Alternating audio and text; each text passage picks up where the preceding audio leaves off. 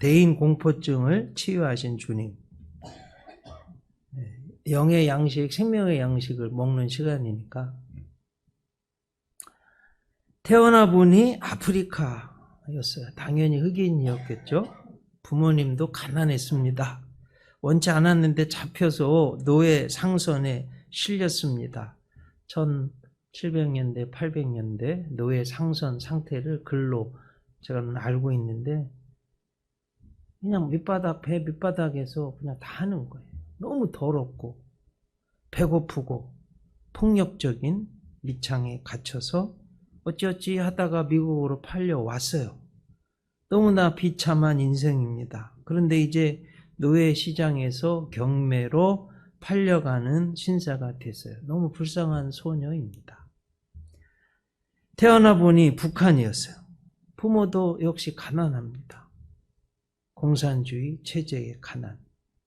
고난의 행군이 시작되었네요. 350만 명이 굶어 죽고 있습니다.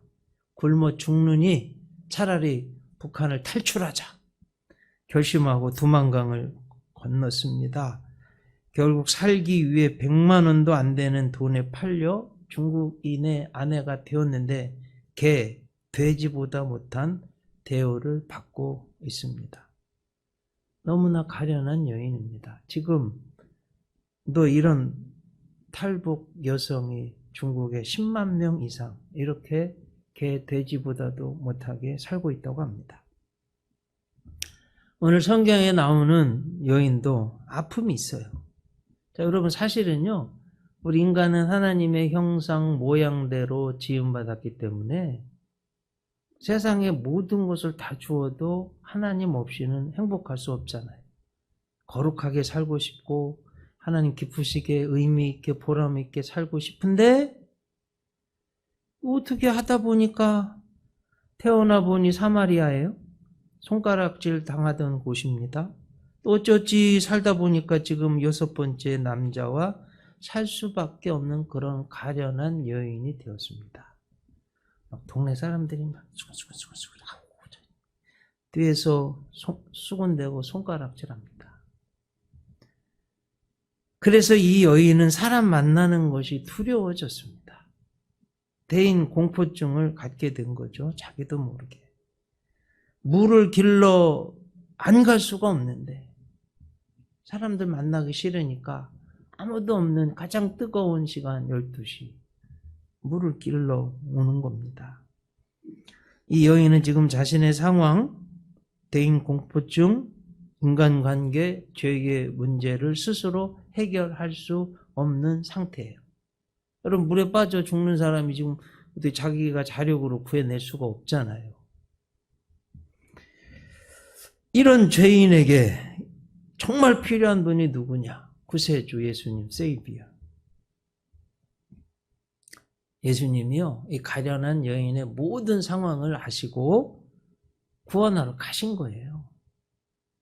그 여인의 영혼을 사랑하고 그 생명 존재를 귀하게 여기고 진정한 자유, 평안, 행복, 구원 주기 위해 찾아가신 거예요.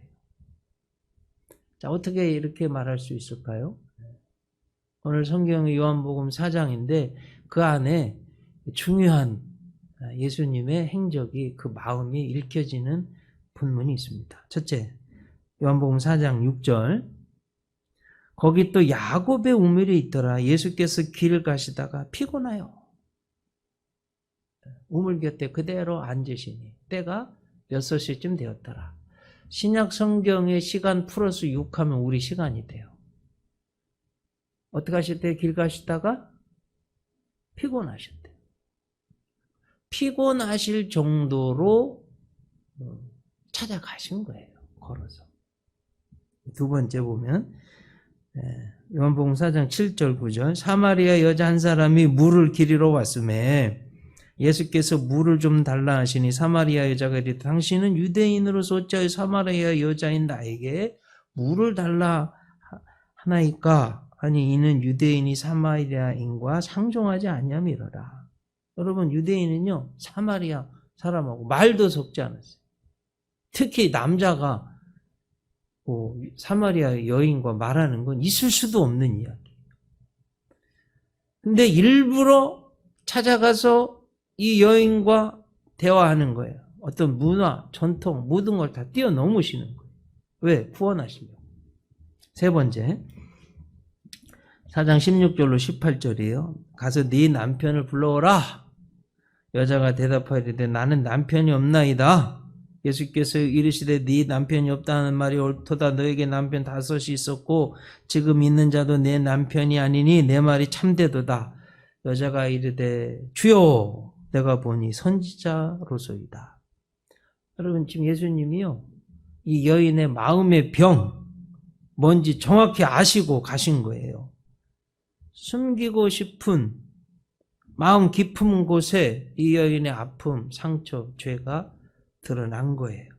여러분 상처와 병은 알아야 고치듯이 주님은 이 여인의 병 근원을 알고 고쳐주신다 하는 거예요. 자, 여기에 너무나 중요한 영적인 진리, 생명의 말씀이 있습니다. 한번 제가 질문 드려봐요. 병 걸려서 병원에 가시고 싶으면 손 들어보세요. 아무도 없어요. 근데 내 힘으로 고쳐보려고 하다 안 되니까 병원에 가는 거 아니에요, 여러분. 그리고 병원에 가면 내 상처를 보이고 내 증상을 설명하고 또 보이지 않는 혹, 종양, 잘못된 병의 세포, 균, 상처, 질병을 검사해 찾아내야만 고치는 거 아니에요. 그래야 병의 원인, 근본을 알고 고칠 수 있잖아요. 여러분 영적으로도 너무 똑같습니다. 태초부터 하나님은 말씀으로 모든 것을 창조하셨습니다. 말씀으로 통치하셨습니다. 하나님의 말씀의 특징은 보이지 않아도 저도 지금 말하는데 다 들리시지만 보이지 않잖아요. 하나님 말씀이 그래요. 보이지 않아도 모든 곳에 미치고 살리고 고치실 수 있다. 이것이 하나님 말씀의 특징이에요. 그래서 그 하나님의 말씀 앞에 서면 나의 숨겨진 모든 것이 드러나게 되어 있습니다. 동시에 모든 것도 고치실 수 있습니다. 히브리서 4장 12절, 13절 말씀은 너무나도 중요해요. 하나님의 말씀은 살아있고 활력이 있어 좌우에 나선 어떤 검보다도 예리하여 혼과 영과 및 관절과 골수를 찔러 쪼개기까지 하며, 여기 여러분 혼은요 정신이에요. 마음의 병도 말씀이 고칠 수 있습니다. 영혼의 병도 고칠 수 있습니다. 관절과 골수 속에 있는 암세포 어떤 육신의 병도 쪼개서 수술해 내실 수 있습니다. 그게 하나님 말씀의 능력이에요. 4장 13절 지으신 것이 하나도 그 앞에 나타나지 않음이 없고 우리의 결산을 받으실 이의 눈앞에 만물이 벌거벗는 것 같이 드러나느니라. 의사의 진단, 기계 검사, 그 어떤 것으로도 알 수 없는 병이라도 하나님 앞에, 말씀 앞에 서면 다 벌거벗은 것처럼 드러나는 거예요. 그러면 고쳐지는 겁니다. 사람들 눈에, 내 가족들 눈에, 남편, 아내, 부모, 자녀, 친구의 눈에 숨겨졌던 죄악도 하나님 앞에 서면 다 드러나요. 교양과 문화로 감춰졌던 나의 치사함, 죄악들 다 드러납니다. 선행으로 숨겨졌던 나의 욕망, 생선 썩는 냄새보다 더 악취나는 나의 죄악의 냄새가 다 드러나게 되는 겁니다. 진짜 중요한 것은 이거예요. 예수님, 햇빛이 우리를 치유하듯 생명의 말씀으로 우리의 병을 고쳐주신다는 거예요.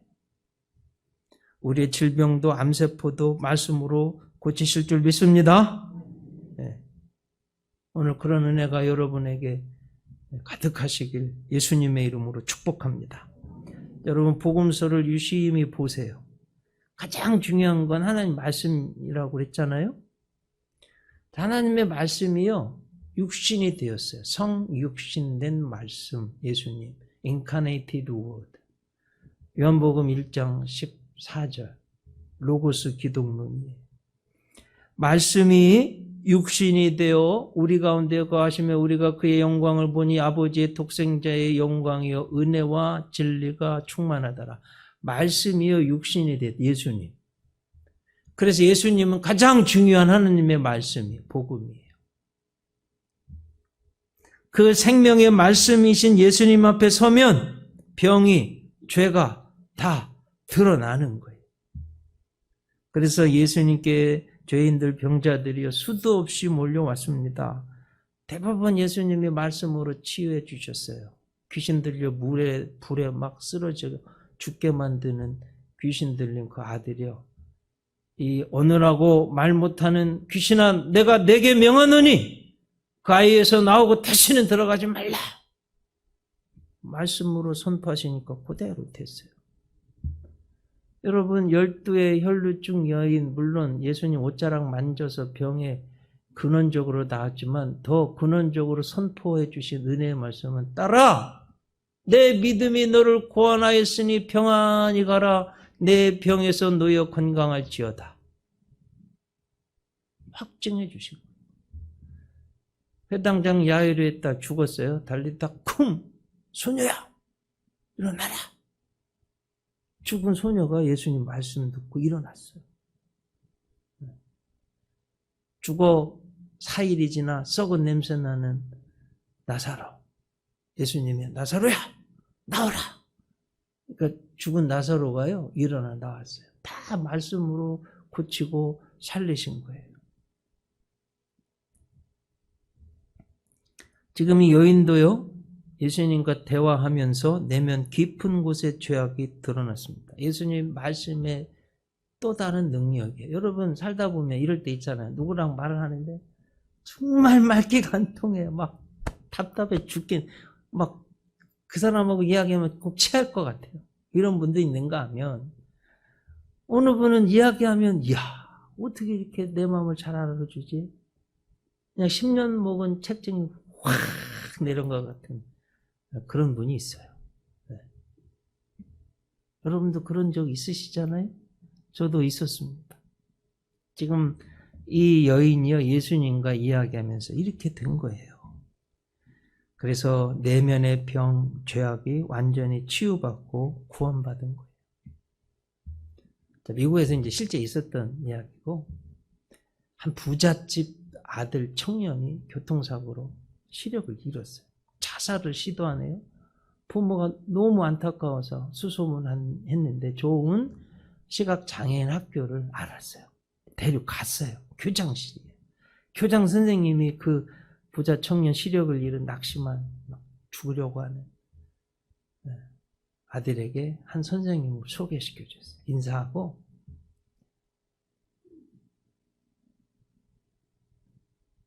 이렇게 하는데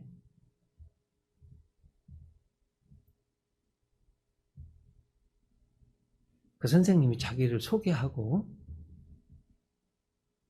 제가 한번 안내하는 대로 따라 한번 해보시죠. 할 수 있을 거예요. 지금 일어서셔서 뒤를 돌아가면 문이 있고 왼쪽으로 가면 복도인데 몇 발자국 가면 계단이 있는데 안내봉이 있고 계단을 내려와서 가면 정원을 지나 기숙사, 식당, 기숙사 방 이렇게 안내할 겁니다. 정말 두려움이 있다면 항상 오른쪽 손 옆에 내 손이 있을 거니 저를 잡으면 됩니다. 그리고 이제 안내를 따라서 가는데 이게 웬일이에요? 안 보이는데 선생님이 이렇게 말해주고 하는 대로 하다 보니까 할 수 있겠는데? 근데 평상시에는 나일락꽃이 펴도 향기를 잘 못 맡았는데 나일락꽃 향기가 더 향긋하고 눈 떴을 때보다 지저귀는 새소리들이 너무 귀하고 그래 막 식판, 포크, 나이프 뭐 다 할 수 있겠는 거예요. 방에 들어가서 방에 불을 켜고 꺼는 거 가르쳐주고 선생님이 굿바이 하고 가려고 그러는 선생님 잠깐만 어쩜 그렇게 저의 마음을, 못 보는 마음을 알아서 잘 안내해 주시는 저 할 것 같아요. 할 수 있을 것 같아요. 너무 감사합니다. 그 선생님이 여러분 뭐라고 했을까요? 네, 너무 잘된 일이에요. 저도 앞을 보지 못합니다. 앞을 보지 못하는 선생님이기 때문에요. 그 마음을 다 알아서 안내한 거예요. 실화입니다, 여러분. 저는 예수님이 딱 이렇다고 봐요. 히브리서 2장 18절. 그가 시험을 받아 고난을 당하셨은즉 시험 맞는 자들을 능히 도우실 수 있느니라. 예수님이 우리의 죄, 고난, 질병을 그대로 다 담당하셨기 때문에 우리를 이해하고 대신하고 예수님의 생명값으로 사서 구원해 주신 거예요. 베드로전서 2장 24절. 친히 나무에 달려 그 몸으로 우리 죄를 담당하셨으니 이는 우리로 죄에 대하여 죽고 의에 대하여 살게 하려 하심이라. 그가 채찍에 맞음으로 너희는 나음을 얻었나니. 우리의 질병을 체휼하신 거예요. 그래서 고치실 수 있습니다. 고난장, 예수님을 가장 잘 설명하는 이사야 53장 5절 6절. 그가 찔림은 예수님이 찔린 것은 나의 허물 때문이요 예수님이 상함은 나의 죄악 때문이라. 예수님이 징계를 받음으로 우리는 평화를 누리고 예수님이 채찍에 맞음으로 나는 나음을 받았도다. 우리는 다 양 같아서 그릇 행하여 각기 제 길로 갔거늘 여호와께서는 우리 모두의 죄악을 그에게 담당시키셨도다. 여러분, 이 수가성 우물가의 6번째 남자와 살 수밖에 없는 가련한 여인은 예수님의 이 사랑, 대속, 대화 때문에 대인공포증 완전히 치유받았습니다. 오늘 본문 28절에 보면 여자가 물동이를 버려두고 동네로 들어가서 사람들에게 이르되, 치유받은 정도가 아니라 삶의 자세, 태도가 완전히 바뀌었어요. 그렇게 피해 도망다닌 사람들에게로 뛰어갔다니까요. 말도 섞기 싫어했던 사람들에게 말을 걸고 오히려 초청합니다. 오늘 본문 29절 30절. 내가 행한 모든 일을 내게 말한 사람을 와서 보라. 이는 그리스도가 아니냐. 그들이 동네에서 나와 예수께로 오더라. 죄책감의 문제도 해결받았습니다. 그토록 숨기고 싶어서 꽁꽁 싸매고 감추었던 나의 아픔, 죄, 어쩌면 질병, 이제 드러내는 거예요. 내가 행한 모든 것을 말한 주님을 와서 보라. 여러분, 이럴 수 있는 건 뭐예요? 왜 그래요? 해결받았기 때문에 그래요. 자, 저를 이제 한번 보세요. 저도 아내에게, 여러분에게 말 못할 죄가 있습니다. 여러분은 안 그러세요? 내 아내에게, 남편에게, 부모에게, 자식에게 말 못할 죄악이 다 있으시잖아요.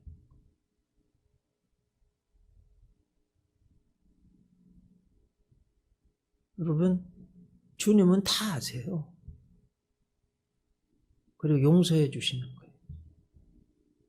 이 은혜를 꼭 누리시기 바랍니다. 네. 자유로우세요. 예수님이 다 담당하시고 값을 치르셨어요. 또 그 죄를 지라는 건 아니고요. 아셨죠? 교회가 좋은 이유가, 주님이 좋은 이유가 이것 때문에 그래요. 사람들을 막 피해 다녔던 부끄러움, 수치, 죄악, 이것이 예수님 만나면 용서받고 해결이 되고 오히려 자신감 있게 떳떳하게 그걸 드러내고, 문제가 해결됐기 때문에 드러내는 거 아니에요.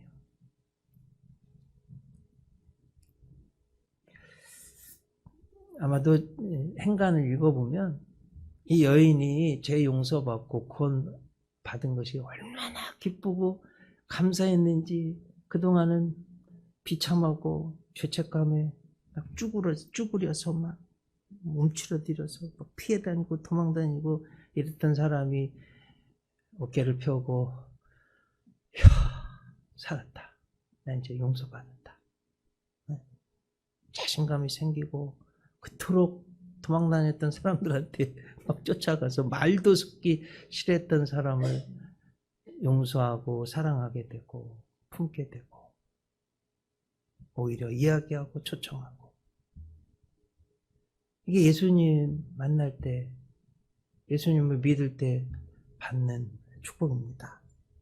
제가 서론에 소개한 흑인 노예 소녀는 실존 인물입니다. 에브라함 링컨이 노예를 해방하기 전에 뉴 올리언즈 경매시장에 서 있는 한 소녀 1800년대니까 1450불이면 그 당시는 어마어마한 돈이죠. 에브라함 링컨이 지불하고 샀어요.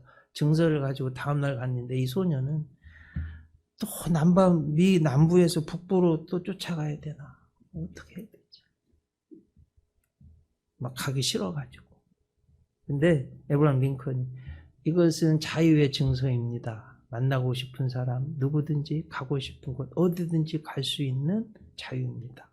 선생님 진짜로요? 그렇다고. 그러면 저 선생님 쫓아갈래요. 여러분 그 당시 에브라함 링컨을 따라가는 게 가장 자유의 보장 아니겠어요? 우리도 그렇잖아요.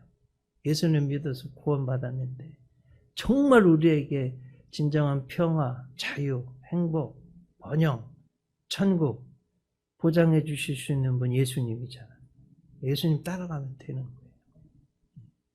북한 선교에 헌신한 그래서 오해받고 중국 감옥에도 다녀오신 온 성도 목사님. 야, 한번 들으면 안 잊어버리죠. 온 성도. 통일 소망 선교회. 전 진짜 그 목사님 얼굴만 봐도 은혜가 되더라고요. 어쩜 이렇게 평안할 수가 있어요. 감옥을 갔다 왔다는 게 전혀 안 느껴져요. 오히려 모든 걸 다 뛰어넘은 평강과 은총이 있으셨잖아요. 어쨌든 그 온성도 목사님, 선교사님들 통해서 탈북한 가련한 여인들이 예수님 복음 듣고 다 구원받아서 너무나 기뻐서 저 북한 선교에 관심이 많은 목사요. 그래 책, 신문, 영상, 간증 많이 듣는 편이에요. 보고 읽고. 실제로요. 그 목숨 걸고 탈북한 분들이 예수님 믿고 너무 그 복음이 귀해서 다시 들어간대요. 목숨 걸고. 내 부모 형제에게 반드시 전해야 됩니다.